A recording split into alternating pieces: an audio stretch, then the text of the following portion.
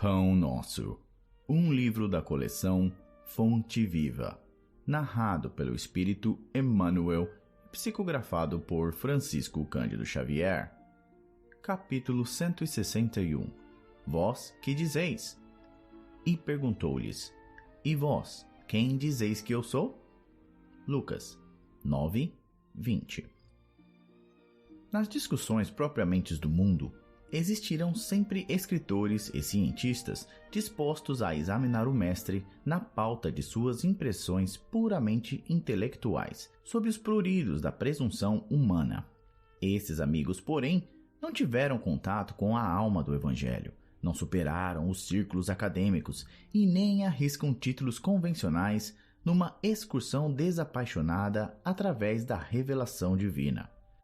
Naturalmente, portanto, continuarão enganados pela vaidade, pelo preconceito ou pelo temor que lhes são peculiares ao transitório modo de ser, até que se lhes renove a experiência nas estradas da vida imperecível. Entretanto, na intimidade dos aprendizes sinceros e fiéis, a pergunta de Jesus reveste-se de singular importância. Cada um de nós deve possuir opiniões próprias relativamente à sabedoria e à misericórdia com que temos sido agraciados. Palestras vãs acerca do Cristo quadram bem apenas a espíritos desarvorados no caminho da vida.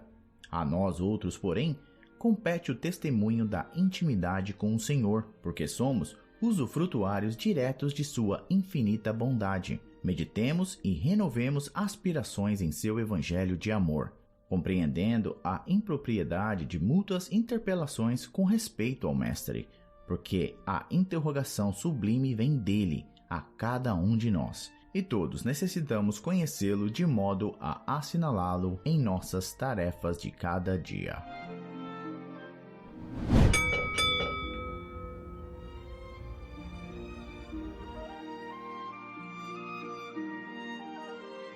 Capítulo 162. Manifestações espirituais. Mas a manifestação do Espírito é dada a cada um, para o que lhe for útil. Paulo, 1 Coríntios 12:7. Com a revivência do cristianismo puro nos agrupamentos do Espiritismo com Jesus, verifica-se idêntica preocupação às que torturavam os aprendizes dos tempos apostólicos no que se refere à mediunidade. A maioria dos trabalhadores na evangelização inquieta-se pelo desenvolvimento imediato de faculdades incipientes. Em determinados centros de serviço, exigem-se realizações superiores às possibilidades de que dispõem. Em outros, sonha-se com fenômenos de grande alcance. O problema, no entanto, não se resume a inquisições de exterior. Enriqueça o homem a própria iluminação íntima, intensifique o poder espiritual através do conhecimento e do amor, e entrará na posse de tesouros eternos de modo natural. Muitos aprendizes desejariam ser grandes videntes ou admiráveis reveladores, embalados na perspectiva de superioridade, mas não se abalançam nem mesmo a meditar no suor da conquista sublime. Inclinam-se aos proventos, mas não cogitam do esforço. Nesse sentido, é interessante recordar que Simão Pedro, cujo espírito se sentia tão bem com o Mestre glorioso no Tabor, não suportou as angústias do amigo flagelado no Calvário. É justo que os discípulos pretendam o engrandecimento espiritual. Todavia, quem possua faculdade humilde não a despreze, porque o irmão mais próximo seja detentor de qualidades mais expressivas. Trabalhe cada um com o material que lhe foi confiado, convicto de que o Supremo Senhor não atende no problema de manifestações espirituais conforme o capricho humano, mas sim de acordo com a utilidade geral.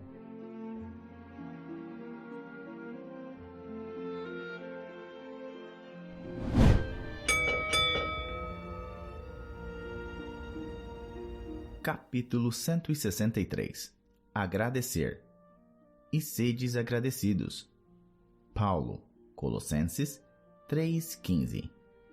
É curioso verificar que a multidão dos aprendizes está sempre interessada em receber graças. Entretanto, é raro encontrar alguém com a disposição de ministrá-las. Os recursos espirituais, todavia, em sua movimentação comum, deveriam obedecer ao mesmo sistema aplicado às providências de ordem material. No capítulo de bênçãos da alma, não se deve receber e gastar insensatamente, mas recorrer ao critério da prudência e da retidão, para que as possibilidades não sejam absorvidas pela desordem e pela injustiça.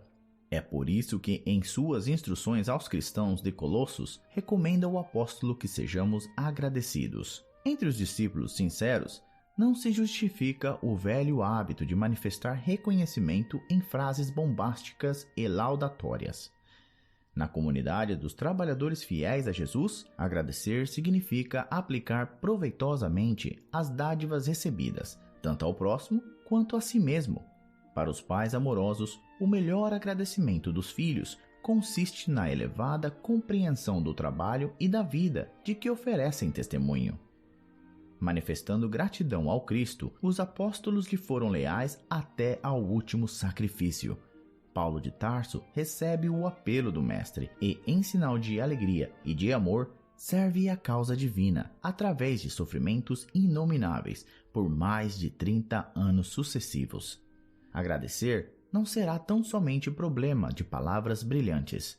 É sentir a grandeza dos gestos, a luz dos benefícios, a generosidade da confiança e corresponder espontaneamente, estendendo aos outros os tesouros da vida.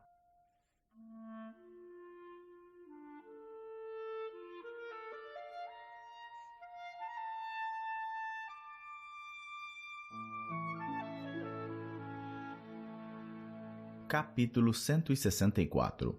O Diabo. Respondeu-lhe Jesus: Não vos escolhi a vós os 12, e um de vós é diabo. João 6,70. Quando a teologia se reporta ao diabo, o crente imagina de imediato o Senhor absoluto do mal, dominando no inferno sem fim. Na concepção do aprendiz, a região amaldiçoada localiza-se em esfera distante, no seio de tormentosas trevas. Sim, as zonas purgatórias são inúmeras e sombrias, terríveis e dolorosas. Entretanto, consoante a afirmativa do próprio Jesus, o diabo partilhava os serviços apostólicos, permanecia junto dos aprendizes e um deles se construíra em representação do próprio gênio infernal. Basta isso para que nos informemos de que o termo diabo não indicava no conceito do mestre um gigante de perversidade, poderoso e eterno no espaço e no tempo. Designa o próprio homem, quando algemado às torpitudes do sentimento inferior. Daí concluirmos que cada criatura humana apresenta certa percentagem de expressão diabólica na parte inferior da personalidade. Satanás simbolizará então a força contrária ao bem. Quando o homem descobre no vasto mundo de si mesmo, compreende o mal, dá-lhe combate, evita o inferno íntimo e desenvolve as qualidades divinas que o elevam à espiritualidade superior. Grandes multidões mergulham em desesperanças seculares, porque não conseguiram ainda identificar semelhante verdade. E, comentando esta passagem de João, somos compelidos a ponderar. Se entre os 12 apóstolos um havia que se converter em diabo, não obstante a missão divina do círculo que se destinava à transformação do mundo, quantos existirão em cada grupo de homens comuns na terra?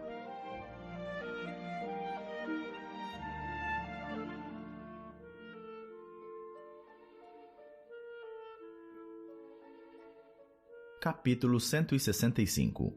Falsos discursos. E sede cumpridores da palavra, e não somente ouvintes, enganando-vos com falsos discursos. Tiago 1:22.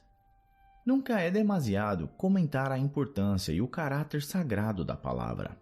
O próprio Evangelho assevera que no princípio era o Verbo, e quem examine atentamente a posição atual do mundo reconhecerá que todas as situações difíceis se originam do poder verbalista mal aplicado.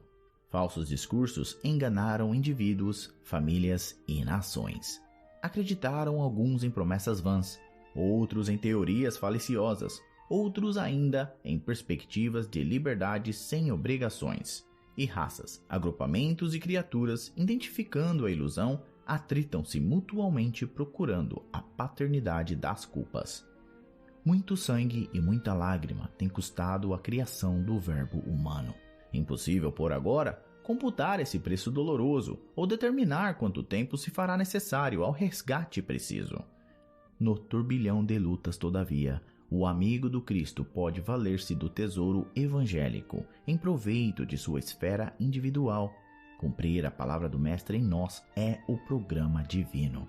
Sem a execução desse plano de salvação, os demais serviços sob nossa responsabilidade constituirão sublimada teologia, raciocínios brilhantes, magnífica literatura, muita admiração e respeito do campo inferior do mundo, mas nunca a realização necessária. Eis o motivo pelo qual é sempre perigoso estacionar no caminho a ouvir quem foge à realidade de nossos deveres.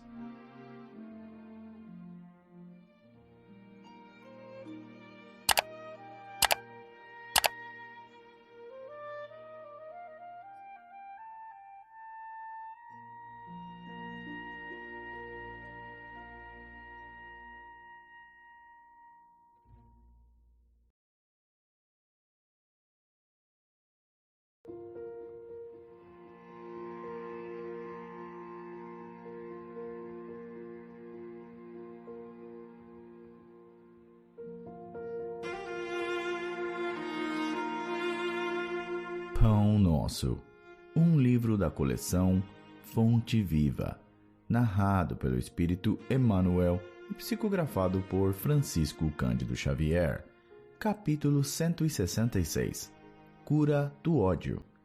Portanto, se o teu inimigo tiver fome, dá-lhe de comer. Se tiver sede, dá-lhe de beber, porque fazendo isso, amontoarás brasas de fogo sobre a sua cabeça.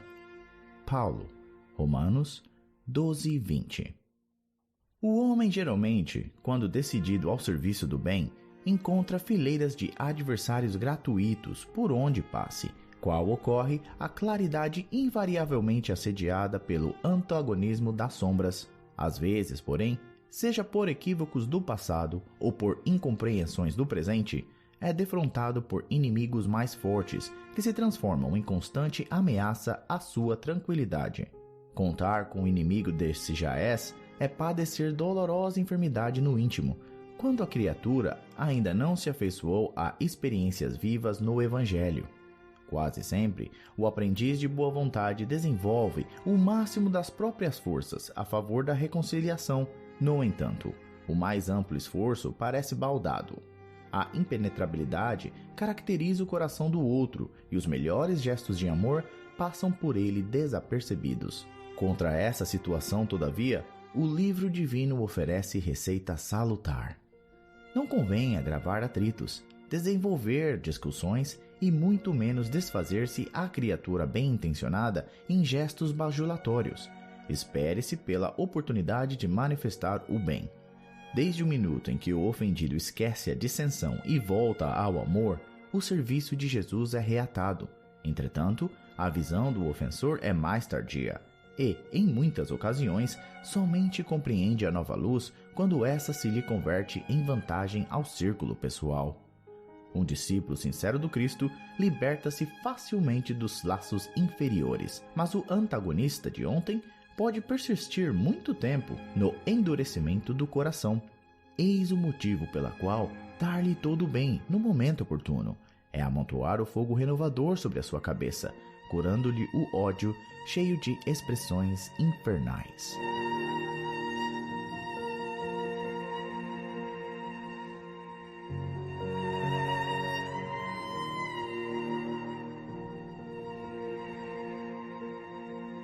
Capítulo 167.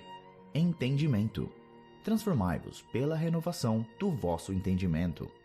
Paulo, Romanos 12:2. Quando nos reportamos ao problema da transformação espiritual, a comunidade dos discípulos do Evangelho concorda conosco quanto à semelhante necessidade, mas nem todos demonstram perfeita compreensão do assunto. No fundo, todos anelam à modificação. No entanto, a maioria não aspira senão à mudança de classificação convencional. Os menos favorecidos pelo dinheiro buscam escalar o domínio das possibilidades materiais. Os detentores de tarefas humildes pleiteiam as grandes posições. E num crescendo desconcertante, quase todos pretendem a transformação indébita das oportunidades a que se ajustam, mergulhando na desordem inquietante. A renovação indispensável não é a de plano exterior flutuante. Transformar-se-á o cristão devotado não pelos sinais externos, e sim pelo entendimento, dotando-a propriamente de nova luz em novas concepções.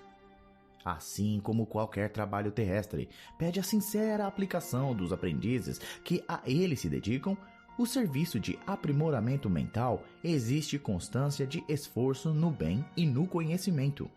Ainda aqui, é forçoso reconhecer que a disciplina entrará com fatores decisivos. Não te cristalizes, pois, em falsas noções que já te prejudicaram o dia de ontem. Repara a estrutura dos teus raciocínios de agora, ante as circunstâncias que te rodeiam. Pergunta a ti próprio: quanto ganhaste no Evangelho para analisar retamente esse ou aquele acontecimento de teu caminho? Faze isto e a bondade do Senhor te auxiliará na esclarecedora resposta a ti mesmo.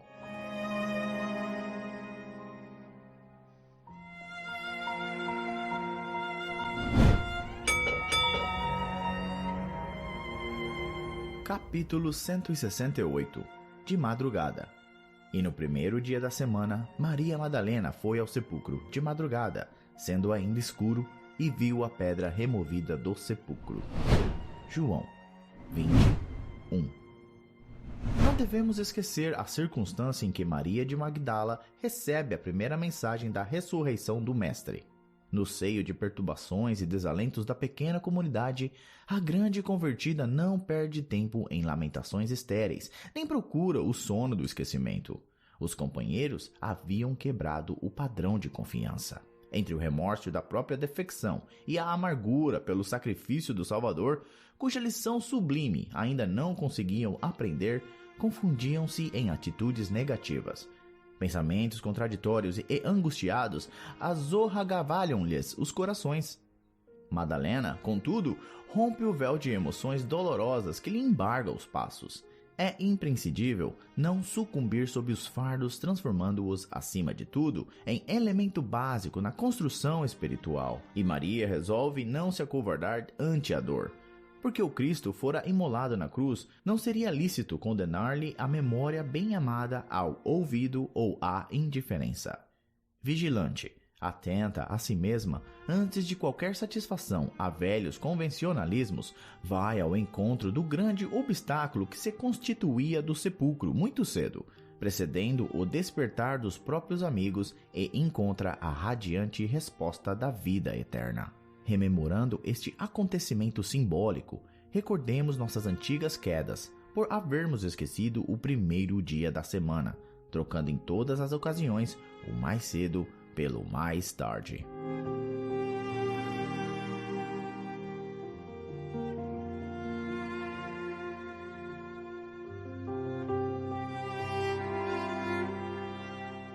Capítulo 169. Olhos. Eles têm os olhos cheios de adultério.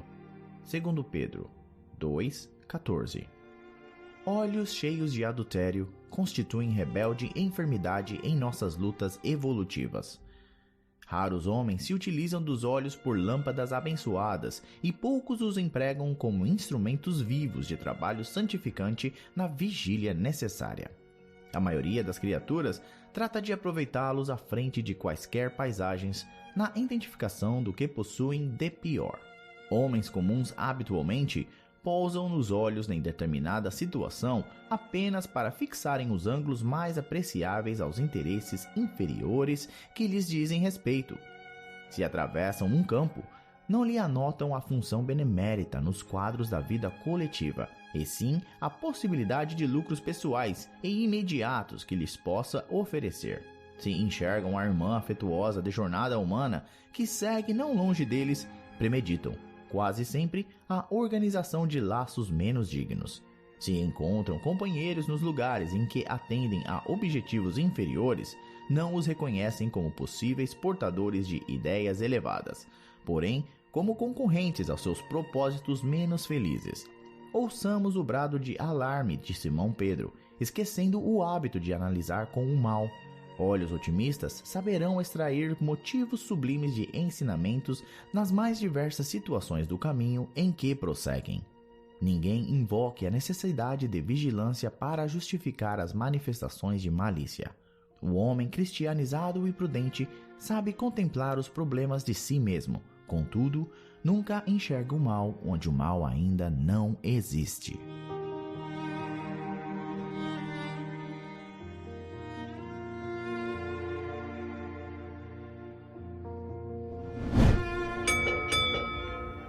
Capítulo 170. A língua. A língua também é um fogo. Tiago 3:6.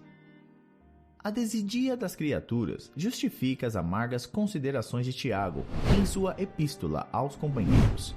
O início de todas as hecatombes no planeta localiza-se quase sempre no mau uso da língua.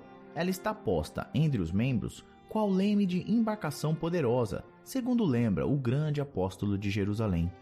Em sua potencialidade, permanecem sagrados recursos de criar, tanto quanto o leme de proporções reduzidas foi instalado para conduzir.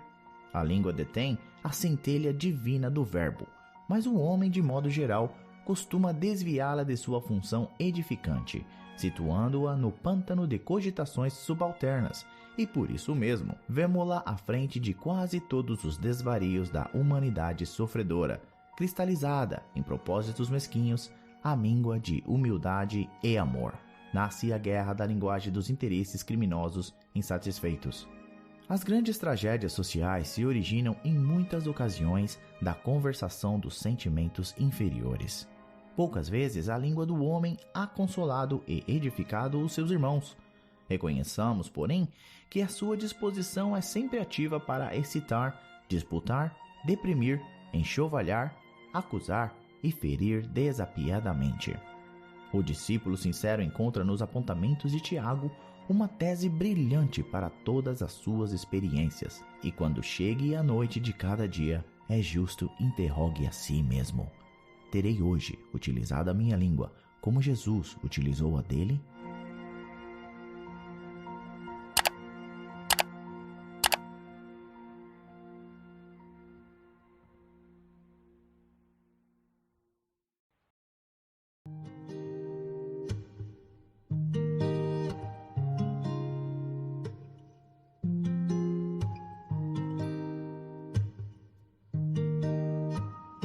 Pão Nosso, um livro da coleção Fonte Viva, narrado pelo Espírito Emmanuel e psicografado por Francisco Cândido Xavier.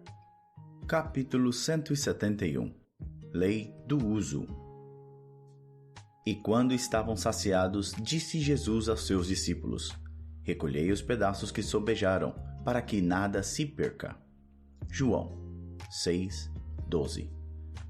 Observada a lei do uso, a miséria fugirá do caminho humano. Contra o desperdício e a avareza é imperioso o trabalho de cada um, porque, identificado o equilíbrio, o serviço da justiça econômica estará completo desde que a boa vontade habite com todos.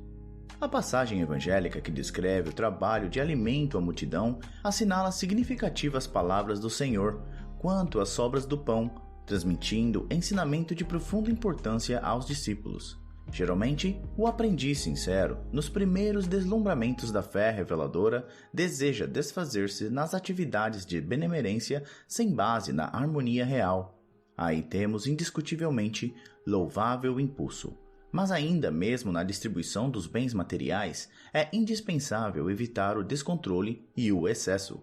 O pai não suprime o inverno porque alguns dos seus filhos se queixam do frio, mas equilibra a situação, dando-lhes coberturas. A caridade reclama entusiasmo, entretanto, exige também discernimento generoso, que não incline o coração à secura. Na grande assembleia de necessitados do monte, por certo não faltariam preguiçosos e perdulários, prontos a inutilizar a parte restante de pão, sem necessidade justa. Jesus, porém, antes que os levianos se manifestassem, recomendou claramente: Recolhei os pedaços que sobejaram, para que nada se perca. É que, em todas as coisas, o homem deverá reconhecer que o uso é compreensível na lei, desprezando o abuso que é veneno mortal nas fontes da vida.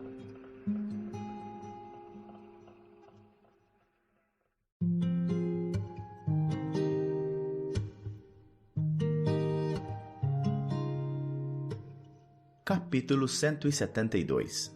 Que despertas? De sorte que transportavam os enfermos para as ruas e os punham em leitos e em camilhas, para que, ao menos, a sombra de Pedro, quando este passasse, cobrisse alguns deles. Atos 5:15. O conquistador de glórias sanguinolentas espalha terror e ruína por onde passa. O político astucioso semeia a desconfiança e a dúvida. O juiz parcial acorda o medo destrutivo. O revoltado espalha nuvens de veneno sutil. O maledicente injeta disposições malignas nos ouvintes, provocando o verbo desvairado. O caluniador estende fios de treva na senda que trilha. O preguiçoso adormece as energias daqueles que encontra, inoculando-lhes fluidos entorpecentes. O mentiroso deixa perturbação e insegurança ao redor dos próprios passos. O galhofeiro, com a simples presença, inspira e encoraja histórias hilariantes. Todos nós, através dos pensamentos, das palavras e dos atos, criamos atmosfera particular que nos identifica aos olhos alheios. A sombra de Simão Pedro, que aceitara o Cristo e a ele se consagrara, era disputada pelos sofredores e doentes que encontravam nela esperança e alívio, reconforto e alegria. Examina os assuntos e as atitudes que a tua presença desperta nos outros. Com atenção, descobrirás a qualidade de tua sombra. E se te encontras interessado em aquisição de valores iluminativos com Jesus, será fácil descobrires as próprias deficiências e corrigi-las.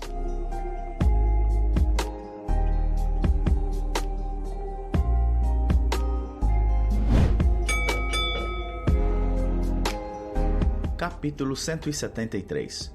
Como testemunhar. Mas recebereis o poder do Espírito Santo, que há de vir sobre vós, e ser-me-eis testemunhas, tanto em Jerusalém, como em toda a Judéia e Samária, e até aos confins da terra. Atos 1:8. Realmente, Jesus é o Salvador do mundo, mas não libertará a terra do império do mal sem a contribuição daqueles que lhe procuram os recursos salvadores. O Divino Mestre, portanto, precisa de auxiliares com atribuições de prepostos e testemunhas em toda a parte. É impraticável o aprimoramento das almas sem educação, e a educação exige legiões de cooperadores. Contudo, para desempenharmos a tarefa de representantes do Senhor na obra sublime da elevação, não basta o título externo com vista à escola religiosa. Indispensável é a obtenção de bênçãos do alto, por intermédio da execução de nossos deveres, por mais difíceis e dolorosos. Até agora, conhecemos a saciedade na terra, o poder de dominar, governar, recusar e ferir, de fácil acesso no campo da vida. Raras criaturas, porém, fazem por merecer de Jesus o poder celeste de obedecer ensinando, de amar construindo para o bem, de esperar trabalhando, de ajudar desinteressadamente. Sem a recepção de semelhantes recursos que nos identificam com o trabalhador divino e sem as possibilidades de refleti-lo para o próximo em espírito e verdade, através do nosso esforço constante de aplicação pessoal do Evangelho, podemos personificar excelentes pregadores, brilhantes literatos ou notáveis simpatizantes da doutrina cristã, mas não testemunhas dele.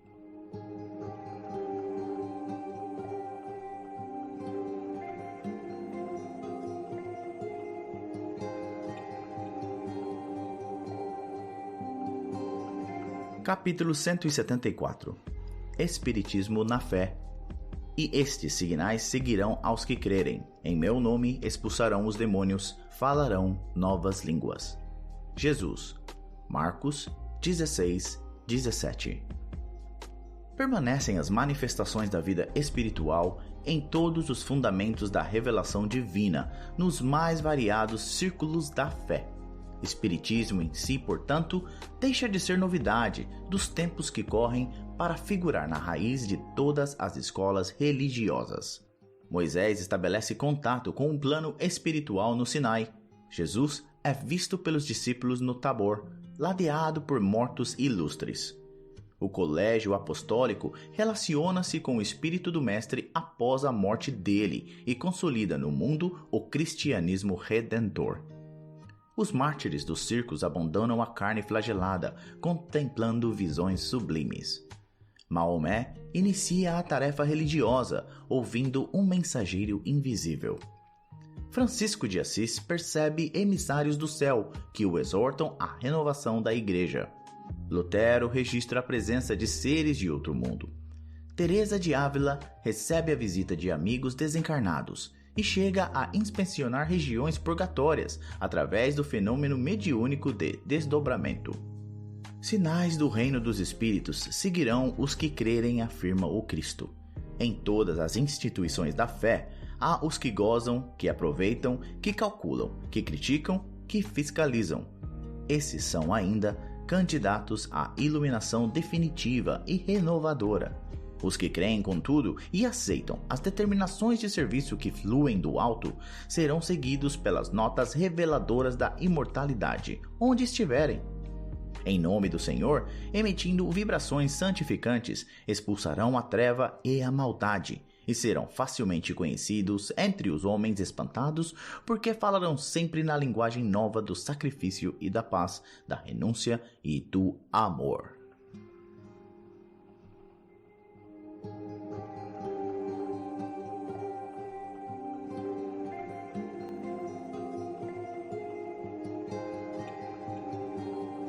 Capítulo 175.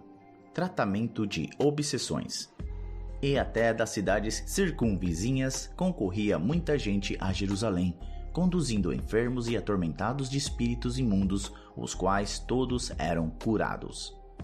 Atos 5:16.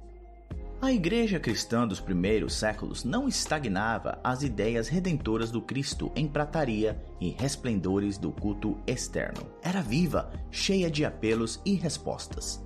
Semelhante a ela, o espiritismo evangélico abre hoje as suas portas benfeitoras a quem sofre e procura o caminho salvador. É curioso notar que o trabalho enorme dos espiritistas de agora no socorro às obsessões complexas e dolorosas era da intimidade dos apóstolos. Eles doutrinavam os espíritos perturbados, renovando pelo exemplo e pelo ensino, não só os desencarnados sofredores, mas também os médiuns enfermos que lhes padeciam as influências. Desde as primeiras horas de tarefa doutrinária, sabe a alma do cristianismo que seres invisíveis, menos equilibrados, vagueiam no mundo, produzindo chagas psíquicas naqueles que lhes recebem a atuação, e não desconhece as exigências do trabalho de conversão e elevação que lhe cabe realizar. Os dogmas religiosos, porém, impediram-lhe o serviço eficiente há muitos séculos. Em plena atualidade, todavia, ressurgem os quadros primitivos da Boa Nova. Entidades espirituais ignorantes e importunadas adquirem nova luz e roteiro novo nas casas de amor que o espiritismo cristão institui, vencendo preconceitos e percalços de vulto. O tratamento de obsessões, portanto, não é trabalho excêntrico em nossos círculos de fé renovadora. Constitui simplesmente a continuidade do esforço de salvação aos transviados de todas as matizes, começando nas luminosas mãos de Jesus.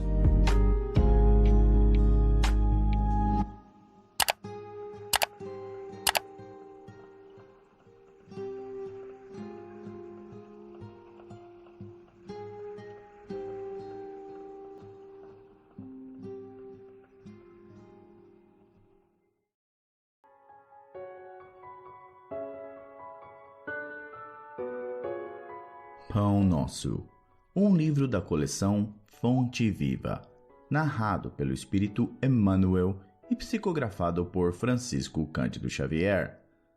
Capítulo 176. Na Revelação da Vida. E os apóstolos davam com grande poder testemunho da ressurreição do Senhor Jesus, e em todos eles havia abundante graça. Atos 4:33. Os companheiros diretos do Mestre Divino não estabeleceram os serviços da comunidade cristã sobre princípios cristalizados, inamomíveis. Cultuaram a ordem, a hierarquia e a disciplina, mas amparavam também o espírito do povo, distribuindo os bens da revelação espiritual segundo a capacidade receptiva de cada um dos candidatos à nova fé. Negar presentemente a legitimidade do esforço espiritista em nome da fé cristã é testemunho de ignorância ou leviandade. Os discípulos do Senhor conheciam a importância da certeza na sobrevivência para o triunfo na vida moral. Eles mesmos se viram radicalmente transformados após a ressurreição do amigo celeste, ao reconhecerem que o amor e a justiça regem o ser além do túmulo. Por isso mesmo, atraíam companheiros novos, transmitindo-lhes a convicção de que o Mestre prosseguia vivo e operoso para lá do sepulcro. Em razão disso, o ministério apostólico não se dividia tão somente na discussão dos problemas intelectuais da crença e nos louvores adorativos. Os continuadores do Cristo forneciam com grande poder testemunho da ressurreição do Senhor Jesus, e em face do amor com que devotavam a obra salvacionista, neles havia abundante graça. O espiritismo evangélico vem movimentar o serviço divino que envolve em si não somente a crença consoladora, mas também o conhecimento indiscutível da imortalidade. As escolas dogmáticas prosseguirão alinhando artigos de fé inoperante, congelando as ideias em absurdos afirmativos. Mas o espiritismo cristão vem restaurar, em suas atividades redentoras, o ensinamento da ressurreição individual, consagrado pelo Mestre Divino que voltou, ele mesmo, das sombras da morte, para exaltar a continuidade da vida.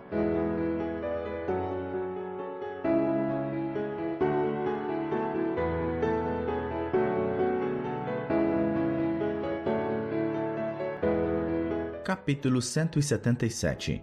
Guardemos saúde mental. Pensai nas coisas que são de cima, e não nas que são da terra. Paulo, Colossenses 3:2. O cristianismo primitivo não desconhecia a necessidade da mente sã e iluminada de aspirações superiores na vida daqueles que abraçam no Evangelho a renovação substancial. O trabalho de notáveis pensadores de hoje encontra raízes mais longe. Sabem agora os que lidam com os fenômenos mediúnicos que a morte da carne não impõe as delícias celestiais. O homem encontra-se além do túmulo, com as virtudes e defeitos, ideias e vícios a que se consagrava no corpo. O criminoso imanta-se ao círculo dos próprios delitos, quando se não algema aos parceiros na falta cometida. O avarento está preso aos bens supérfluos que abusivamente amontoou. O vaidoso permanece ligado aos títulos transitórios. O alcoólatra ronda as possibilidades de satisfazer a sede que lhe domina os centros de força. Quem se apaixona pelas organizações caprichosas do eu, gasta longos dias para desfazer as teias de ilusão em que se lhe segrega a personalidade. O programa antecede o serviço. O projeto traça a realização.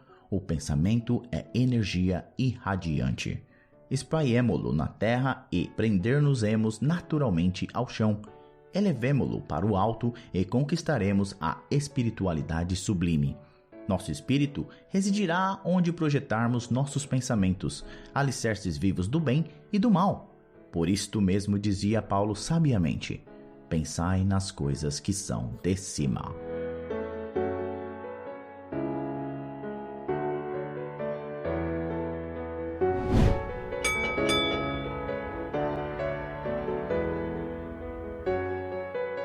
Capítulo 178. Combate interior. Tendo o mesmo combate que já em mim tendes visto e agora ouvis estar em mim. Paulo, Filipenses 1:30. Em plena juventude, Paulo terçou armas contra as circunstâncias comuns, de modo a consolidar posição para impor-se no futuro da raça. Pelejou por sobrepujar a inteligência de muitos jovens que lhe foram contemporâneos, deixou colegas e companheiros distanciados, discutiu com doutores da lei e venceu-os. Entregou-se à conquista de situação material invejável e conseguiu-a. Combateu por evidenciar-se no tribunal mais alto de Jerusalém e sobrepor-se a velhos orientadores do povo escolhido. Resolveu perseguir aqueles que interpretava por inimigos da ordem estabelecida e multiplicou adversários em toda parte. Feriu, atormentou, complicou situações de amigos respeitáveis, sentenciou pessoas inocentes a inquietações inomináveis, guerreou pecadores e santos, justos e injustos. Surgiu, contudo, um momento em que o Senhor lhe convoca o espírito a outro gênero de batalha, o combate consigo mesmo. Chegada a essa hora, Paulo de Tarso cala-se e escuta. Quebra-se-lhe a espada nas mãos para sempre. Não tem braços para hostilizar, e sim para ajudar e servir. Caminha, modificado em sentido inverso. Ao invés de humilhar os outros, dobra a própria cerviz. Sofre e aperfeiçoa-se no silêncio, com a mesma disposição de trabalho que o caracterizava nos tempos de cegueira. É apedrejado, açoitado, preso, incompreendido muitas vezes, mas prossegue sempre ao encontro da divina renovação. Se ainda não combates contigo mesmo, dia virá em que serás chamado a semelhante serviço. Ora e vigia, prepara-te e afeiçoa o coração à humildade e à paciência. Lembra-te, meu irmão, de que nem mesmo Paulo, agraciado pela vista pessoal de Jesus, conseguiu escapar.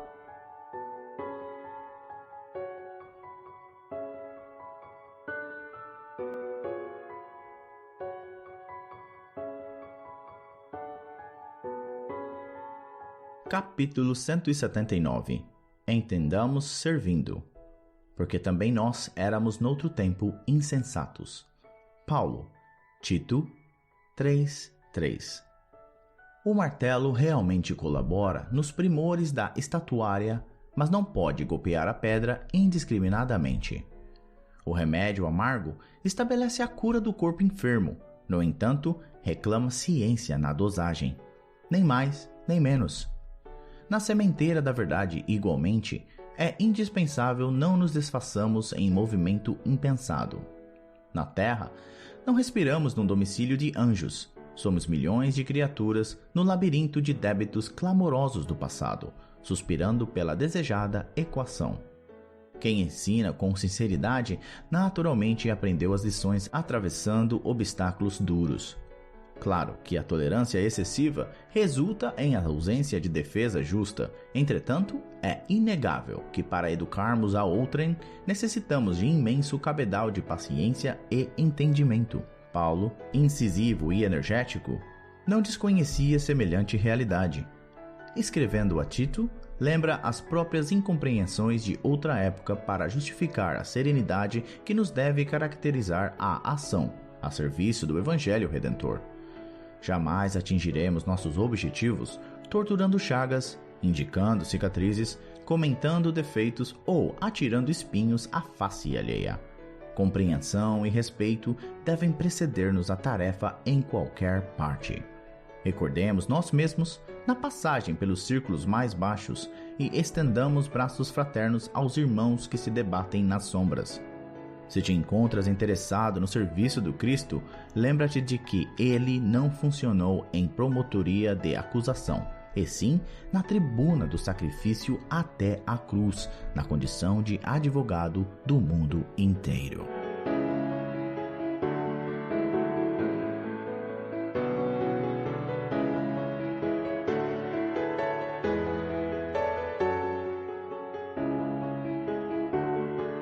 Capítulo 180. Crê e segue. Assim como tu me enviaste ao mundo, também eu os enviei ao mundo. Jesus. João 17:8. Se abraçaste, meu amigo, a tarefa espírita cristã em nome da fé sublimada, sedento de vida superior, recorda que o Mestre te enviou o coração renovado ao vasto campo do mundo para servi-lo. Não só ensinarás o bom caminho, Agirás de acordo com os princípios elevados que apregoas. Ditarás diretrizes nobres para os outros. Contudo, marcharás dentro delas, por tua vez. Proclamarás a necessidade de bom ânimo, mas seguindo estrada fora, semeando alegrias e bênçãos, ainda mesmo quando incompreendido de todos. Não te contentarás em distribuir moedas e benefícios imediatos. Darás sempre algo de ti mesmo ao que necessita. Não somente perdoarás, compreenderás o ofensor, auxiliando-o a reerguer-se. Não criticarás, encontrarás recursos inesperados de ser útil. Não deblaterarás, valer-te-ás do tempo para materializar os bons pensamentos que te dirigem. Não disputarás inutilmente. Encontrarás o caminho do serviço aos semelhantes em qualquer parte. Não viverás simplesmente no combate palavroso contra o mal. Reterás o bem, semeando-o com todos. Não condenarás. Descobrirás a luz do amor para fazê-la brilhar em teu coração até o sacrifício. Ora e vigia, ama e espera, serve e renuncia. Se não te dispões a aproveitar a lição do Mestre Divino, afeiçoando a própria vida aos teus ensinamentos, a tua fé terá sido vã.